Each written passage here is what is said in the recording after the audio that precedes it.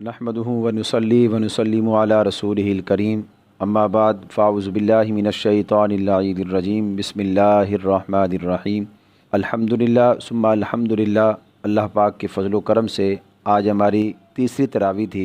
तो आइए हम आज की तरावी का ख़ुलासा जानते हैं। और अपनी गुफ्तगू का आगाज़ करने से पहले आप तमाम सामीन और नाज़रीन से हमारी गुजारिश है कि सदका जारिया, तबलीग़ दीन और इस्लाह उम्मत के लिए हमारे यूट्यूब चैनल को सब्सक्राइब ज़रूर कीजिए और बेल आइकन को दबाना मत भूलिए ताकि आपको रोज़ाना की बुनियाद पर तरावी का मुख्तसर सा ख़ुलासा मिल सके। हमारी वीडियो को लाइक और शेयर ज़रूर कीजिए और कमेंट सेक्शन में अपनी राय का इज़हार ज़रूर दीजिए। तो आइए हम अपनी गुफ्तगू का आगाज़ करते हैं। अल्हम्दुलिल्लाह आज हमारी तीसरी तरावी थी। आज की तरावी तीसरे पारे के निस्फ़ से चौथे पारे के सुलुस तक की तिलावत पर मुश्तमिल थी। इसमें सबसे पहले यहूदियों के उस अमल का ज़िक्र है कि उन्होंने अम्बिया कराम अलैहिमुस्सलाम को शहीद किया और अल्लाह के नेक बंदों को शहीद किया, उनकी बेअदबी की।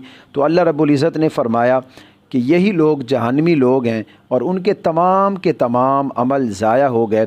अम्बिया कराम अलैहिमुस्सलाम की बेअदबी ये कुफ्र है और इसी की बुनियाद पर उनके तमाम आमाल भी ख़त्म हो जाते हैं। नबी अकरम सल्लल्लाहु ताला अलैहि वसल्लम ने फ़तेह मक्का के वक्त मुल्क फ़ारस और रोम की सल्तनत का वादा दिया तो यहूदियों और मुनाफ़िकों ने कहा कि ऐसा हरगिज़ नहीं हो सकता।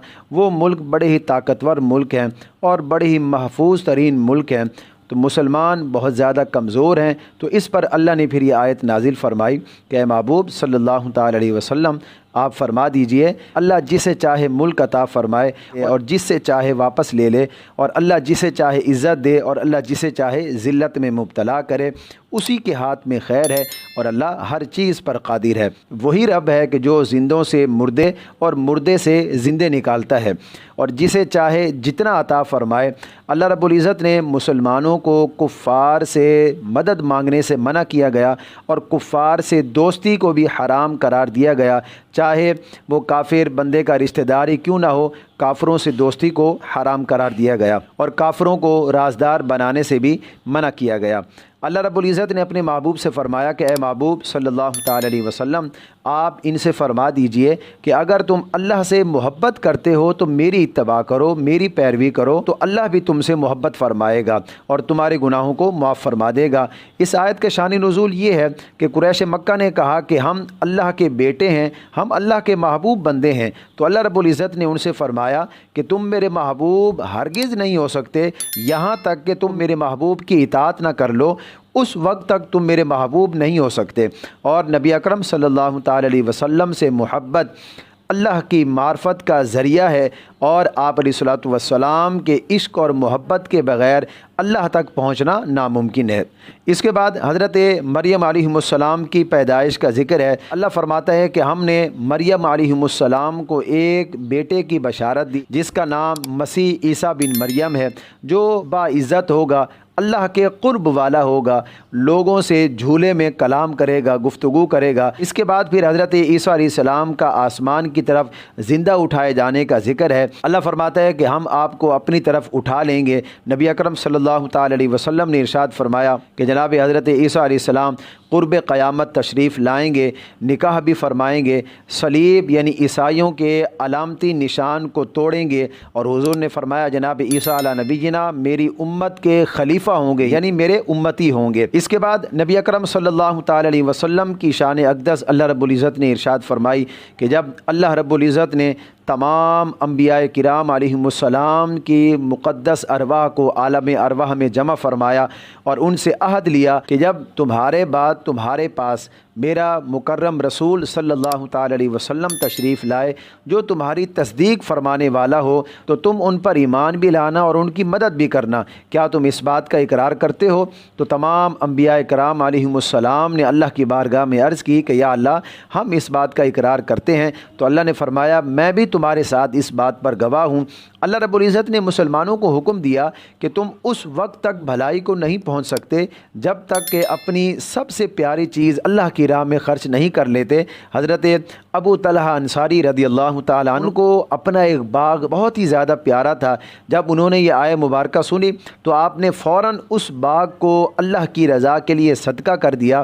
آگے اللہ رب العزت نے خانہ کعبہ کے بارے میں ارشاد فرمایا کہ یہ وہ پہلا گھر ہے جو لوگوں کی عبادت کے لیے مقرر ہوا اور یہ مکہ المکرمہ میں موجود ہے۔ اس کے بعد اللہ فرماتا ہے کہ تم میں سے ایک گروہ ایسا ہونا چاہیے کہ جو تبلیغ دین کا کام سر انجام دیتا رہے، امر بالمعروف نہی عن المنکر کا کام کرتا رہے، لوگوں کو نیکی کی دعوت دیتا رہے۔ اللہ رب العزت نے اپنے محبوب علیہ الصلوۃ والسلام کی پیاری امت کو تمام امتوں سے بہتر فرمایا۔ اس کے بعد جنگ بدر کا ذکر ہے، جب اللہ رب العزت نے مسلمانوں کی مدد فرمائی، جب مسلمانوں کی تعداد ایک قول کے مطابق 313 تھی اور کفار کی تعداد 1000 تھی، تو اللہ رب العزت نے آسمان سے فرشتے نازل فرمائے مسلمانوں کی مدد کے لیے جن کی تعداد 3000 تھی۔ اللہ فرماتا ہے کہ ہم نے مسلمانوں کو یہ فتح اس لیے عطا فرمائی تاکہ مسلمان خوش ہو جائیں۔ تو معلوم ہوا کہ جو بندہ اللہ کی رضا کے لیے اپنا سب کچھ، اپنی جان، مال، اولاد، عزت، آبرو قربان کر دیتا ہے تو پھر اللہ بھی اسے خوش فرما دیتا ہے، اور جسے اللہ خوش فرما دے تو دنیا کی خوشیاں اس کے سامنے کوئی معنی نہیں رکھتی۔ اور جو اللہ کی راہ میں خرچ کرتے ہیں خوشی میں اور تنگ دستی میں، اور اپنے غصے کو پی جاتے ہیں، غصے کے وقت اپنے آپ کو قابو میں رکھتے ہیں، لوگوں کی خطاؤں کو معاف کر دیتے ہیں، اللہ کے سامنے جانے سے ڈرتے ہیں، اللہ کا خوف ان کے دلوں میں موجود ہے، تو اللہ فرماتا ہے ان کے لیے 2 جنتیں ہیں جن کے نیچے نہریں جاری ہیں اور وہ اس میں ہمیشہ رہیں گے۔ موت سے ڈرنے کے بارے میں فرمایا گیا کہ اس سے ڈر کر تم جہاد کو نہیں جاتے، تو یاد رکھو موت کا ایک وقت مقرر ہے، وہ کہیں بھی آ سکتی ہے، موت سے کوئی بھی انسان نہیں بچ سکتا۔ اس کے بعد جنگ احد کا ذکر ہے۔ اس کے بعد پھر مشاورت کے بارے میں حکم نازل ہوا کہ کسی کام کے شروع کرنے سے پہلے مشورہ کر لیا کرو، جب کسی کام کا ارادہ مشورے کے بعد کرو تو اللہ کی ذات پر بھروسہ کرو، اس لیے کہ بھروسہ کرنے والے اللہ کو بہت زیادہ پسند ہیں۔ اللہ نے فرمایا کہ میں نے مسلمانوں پر بڑا ہی احسان فرمایا، انہی میں سے ان پر ایک رسول بھیجا جو ان پر اللہ کی آیتیں پڑھتا ہے، ان کو کفر سے پاک کرتا ہے۔ اللہ رب العزت نے ہمیں انسان بنایا، اشرف المخلوقات بنایا، مسلمان بنایا، طرح طرح کی نعمتیں اللہ نے ہمیں عطا فرمائی، لیکن اللہ نے کسی نعمت پر بھی احسان نہیں جتلایا۔ اگر اللہ نے احسان جتلایا تو اس عظیم نعمت پر احسان جتلایا کہ میں نے تم میں اپنا رسول بھیج دیا، کیونکہ اگر ہم انسان ہیں، اگر ہم مسلمان ہیں، اگر ہم اشرف المخلوقات میں سے ہیں، اگر ہمیں طرح طرح کی نعمتیں ملی ہیں اور یقینی طور پر ملی ہیں، تو یہ صدقہ ہے جناب محبوب خدا رسول خدا صلی اللہ تعالی علیہ وسلم کا۔ اسی لیے اللہ نے احسان جتلایا۔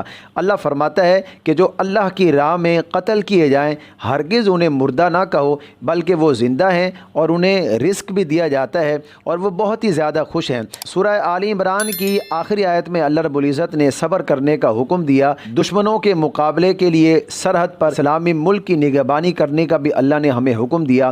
الحمدللہ یہ آج کی ہماری تراویح کا مختصر خلاصہ ہے۔